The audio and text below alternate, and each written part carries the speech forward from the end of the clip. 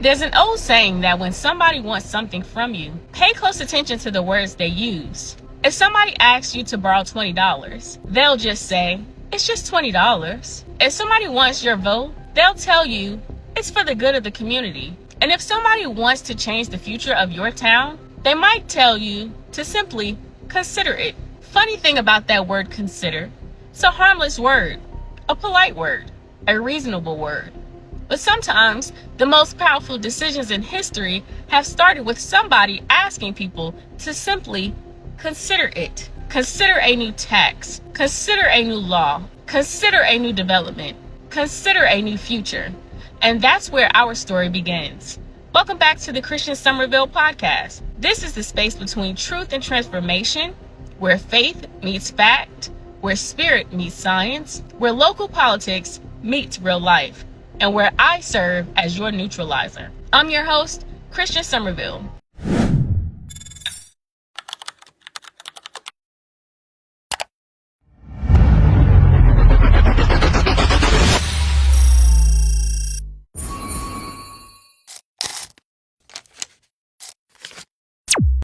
Because everybody has a side, everybody has a narrative, everybody has an agenda, and I'm simply trying to figure out what actually is going on. Today we're talking about data centers, not the Facebook version, not the corporate version, not the activist version, the story, the timeline, the questions, and why so many people in Vance County feel like they're being told one thing while watching something completely different happen. Let's start with the land. Back on April 6, 2026, the Vance County Board of Commissioners held a meeting regarding a rezoning request for property located along Business 158. Now, for those who aren't familiar with the area, this isn't just some isolated patch of land in the middle of nowhere. This is the same corridor that runs near Vance Granville Community College, near businesses, near neighborhoods, near community landmarks, near places where people actually live their lives. The applicant was Natelli Holdings. Now, if you're like me, when a company you've never heard of suddenly wants to rezone land in your community, your first question is, who exactly are you? Now, to me, that isn't anti-business. That's called reading the name tag before you hand somebody the keys. When people began researching Natelli Holdings, they found a Maryland-based real estate development company involved in large-scale commercial projects, master planned communities, and data center development interest. Immediately, residents began connecting the dots. Once people started connecting dots, county leaders started telling them not to. One of the most memorable moments from that meeting came from the attorney representing the applicant. Residents kept asking about data centers. People kept raising concerns about data centers. People kept talking about data centers. And the response was essentially, there's no proposed data center. Citizens were told to use their imagination, to consider all possible uses allowed under light industrial zoning. Let's take a listen to Beth Trajos, attorney representing Natelli Holdings. Good evening, Madam Chair and Commissioners. My name is Beth Trajos. I'm an attorney with Fox Rothschild, and I'm here today to request rezoning of this 40-acre property on Highway 158 to light industrial. And the purpose is to align it with the adjacent properties which have been rezoned light industrial as well. And this is just a zoning request. There's no development plan that's been submitted for your review at this time. You are to consider, all of the uses permitted within this district. Now, y'all know that word has been bothering me, consider. Because this isn't the first podcast where we talked about how language matters, words matter, definitions matter, framing matters. You can completely change a conversation simply by changing the words. Let's listen to Chair Carolyn Faines use a play on words. I want to thank you to everyone who shared public comments. As a board, we hear your voices and welcome the concerns you are passionate about. Community input is an important part of our decision-making process. However, I would like to address several concerns that I believe that are based on misinformation and provide clarity regarding last month's board meeting. The items on the agenda was rezoning of approximately 40 acres of land from residential to light industrial use. The remaining acres has already been designated as light industrial. As commissioners, we had a responsibility to act on this request in alignment with the intended economic development plans for that area. Many citizens expressed concerns about a potential data center And I want to be clear, the board had no proposal before it regarding a data center, nor had we been in communication with any developer about such a project. Due to the level of concerns expressed, the board initially voted to table the matter. After further consideration of obligation regarding the rezoning request, a special call meeting was held to address and complete the matter. During that meeting, it was important to ensure that the public clearly understood that the purpose of our action was strictly related to rezoning the land, not approving or advancing a data center. To reiterate, the board did not vote on a data center. We voted solely on the rezoning of land. While we cannot control speculation or discussion on social media, we remain committed to providing accurate information and transparency to our community. Thank you. Technically speaking, they are correct. Rezoning land is not the same thing as approving a data center. That is true. But it's also true that if somebody is building a road to a destination, it's reasonable to ask where that road leads. If I watch somebody pouring concrete for a runway, I don't think I'm crazy for asking whether an airplane might be coming.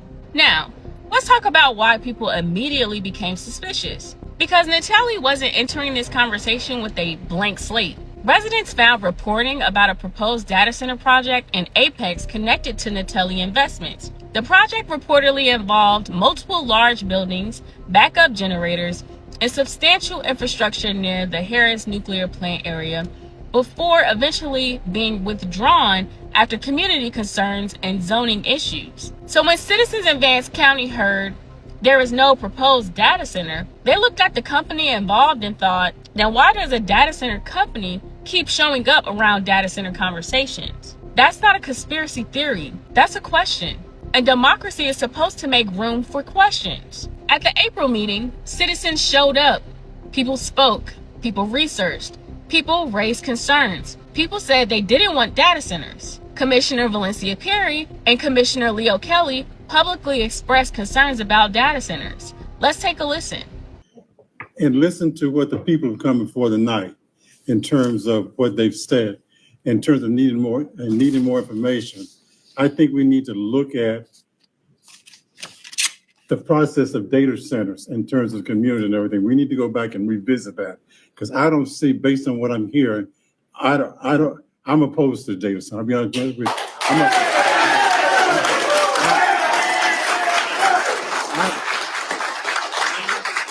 I realize in terms of getting more facts, but if I had to vote tonight, I'd vote against the data center. And I tell you, wait a minute, and I tell you why. Because what I've heard in terms of the noise and what it does to the environment, we talk about economic development, but my part of economic development, I think it can be done with rooftops in terms of trying to get people to come to the area rather than data center. The noise that I hear and what I hear that it's going to do to the environment is not good. I think about my grandchildren that are here. I think about their moving back and the kind of life and quality that I want for them. Data centers does not bring that quality of life to this community. And I also feel that if we look at why did Apex turn it down?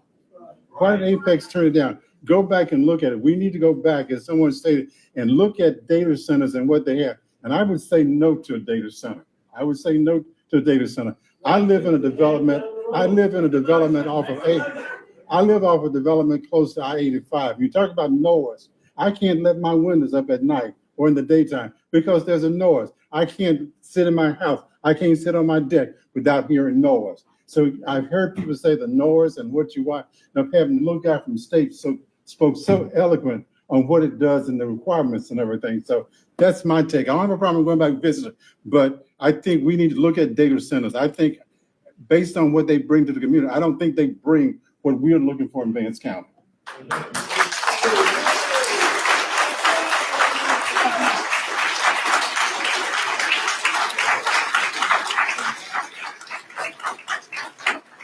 So just for clarification, tonight, we wasn't voting on a data center, correct?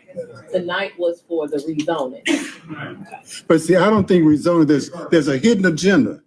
There's a hidden agenda in terms of data. There's a hidden agenda. You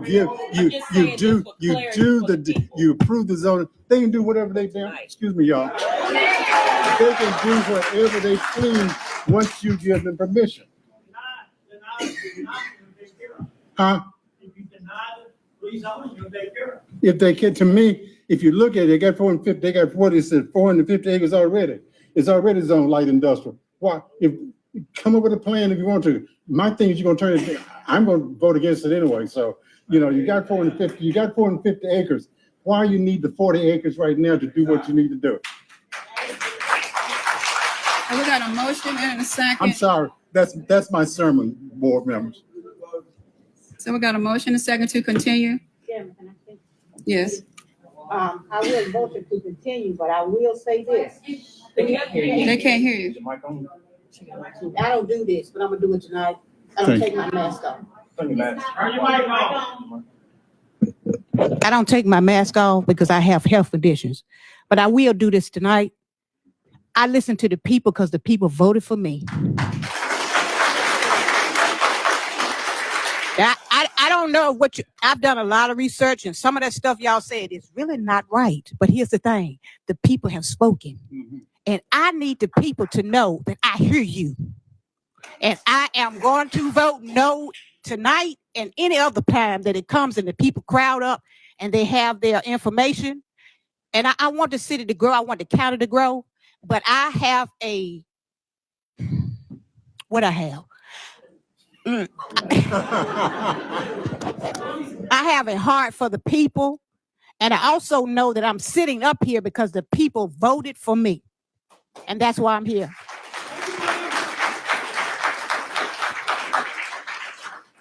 The meeting became passionate. Some would say heated, others would say engaged. Depends on which side of the microphone you're standing on. The board ultimately delayed the vote.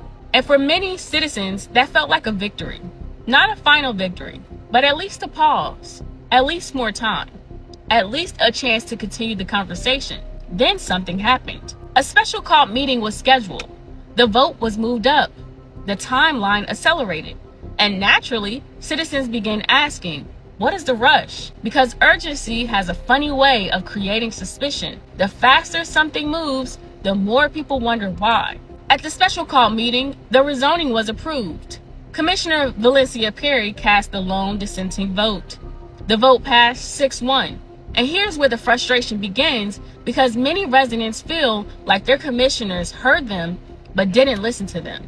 Those are two different things. Hearing is passive. Listening requires action. Now, commissioners have repeatedly argued that they were voting on rezoning, not approving a data center. And again, technically speaking, that's true. But many citizens see rezoning as the first domino, not the last one. And that's where trust begins breaking down. When government says one thing and citizens see something else. After the vote, the opposition didn't disappear. It organized. Community members formed and supported efforts like Vance Voices Against Data Centers. People held signs. People attended meetings. People spent their own money. People spent their own time. And whether you agree with them or disagree with them, that's democracy. Real democracy isn't liking everybody's opinion. Real democracy is allowing people to have one. Then came another layer to the story. A draft economic analysis tied to the proposed development was produced by a firm called Sage Policy Group. Now, this detail matters because of the timeline. The document is dated April 2026. But according to reporting, it was not publicly obtained or circulated until around June 4th, 2026. So we had to sit with that for a second. A report exists in April, but the public conversation, what citizens were being told at the meetings and public statements and through official framing was still centered on the idea that there was no proposed data center project on the table. That is the tension. Because this isn't about a vague piece of land somewhere in the county. This is specifically tied to the business 158 corridor, the same stretch running through a highly visible and heavily used area near Vance Community College, surrounding businesses and major community access points. So when people hear no proposed project, but a preliminary economic impact analysis exists for that exact parcel of land in April, it creates a disconnect. Inside that Sage Policy Group analysis, according to reporting, there are references to a large-scale data center campus tied to Natelli Investments, including projected tax revenue and job creation tied to full built-out scenarios. And again, to be clear, officials have repeatedly said that rezoning is not the same as approving a data center, and legally that is correct. But here's where the public concern forms. If there is no proposed data center, then why does a project level economic analysis for Business 158 exist in April? That is the question residents are asking, because it creates two narratives. The official narrative, there is nothing proposed yet. The documented timeline, there was already an economic analysis for what a full built out could look like on that exact parcel of land. And when those timelines don't align, people don't just hear policy anymore. They start paying attention to process. And in public trust, process matters just as much as outcomes. Because this isn't just about what might be built. It's about what people were told, when they were told it, and what was already being studied behind the scenes on Business 158 while the public was still being told to consider all options. Now let's talk about the promise. Because every major development comes wrapped in one: jobs, revenue, growth, opportunity, economic development. And honestly, those are real considerations. In our last episode, we discussed budgets. We discussed fund balances. We discussed financial pressure. We discussed governments looking for revenue. The city of Henderson needs revenue. Vance County wants revenue. Everybody wants revenue. So when somebody walks into town promising millions of dollars, leaders listen. And it's not corruption, it's math. The question is whether the math tells the entire story. The people opposing these projects aren't just talking about jobs, they're talking about water, power, noise, heat, wildlife, land use, community character. Across the country, residents living near large-scale data centers have raised concerns about generator noise, increased electricity demand, water consumption, industrialization of rural landscapes, and other quality of life issues. These concerns have been documented in multiple communities experiencing rapid data center growth. And here's the reality. A community can care about jobs and still ask environmental questions. A community can care about tax revenue and still ask questions about water. Those are not mutually exclusive positions. Now, this is where I step out of reporting and into reflection, because I don't use this podcast to tell people what to think. I use this podcast to give people information so that they can think for themselves. But since this is my podcast, I think it's fair for me to tell you where my mind goes when I look at all of this. My mind doesn't just stop at Vance County. My mind goes bigger, much bigger. Because when I look at this conversation, I don't just see a rezoning request. I don't just see a data center. I don't just see a vacant piece of land on Business 158. I see a country trying to solve a math problem, and the math problem is getting harder. The United States now carries more than $37 trillion in national debt. Federal deficits remain historically large, and interest payments on that debt continue to grow. Now, before anybody starts yelling Democrat or Republican, let me stop you right there. This isn't a partisan issue. Both parties helped build this house. We're all living in it now. And when governments are under financial pressure, whether it's the federal government, the state government, Vance County, or the city of Henderson, everybody starts looking for revenue. Everybody starts looking for investment. Everybody starts looking for growth. And that's where my concern begins. Because when people are desperate for solutions, they sometimes stop asking enough questions about the offer. In my last episode, we talked about budgets. The county needs revenue. The city needs revenue. The schools need revenue. Everybody needs revenue. And now here comes an industry promising millions of dollars in tax revenue, economic development, investment, and growth. Maybe that's exactly what this community needs. Maybe. But history teaches us to be cautious whenever somebody arrives with a solution that sounds too perfect, because sometimes the sales pitch and the reality are not the same thing. And when I zoom out even further, I see something else. I see a handful of technology companies building an unprecedented amount of infrastructure across the country. AI data centers are being constructed at a pace we haven't seen before.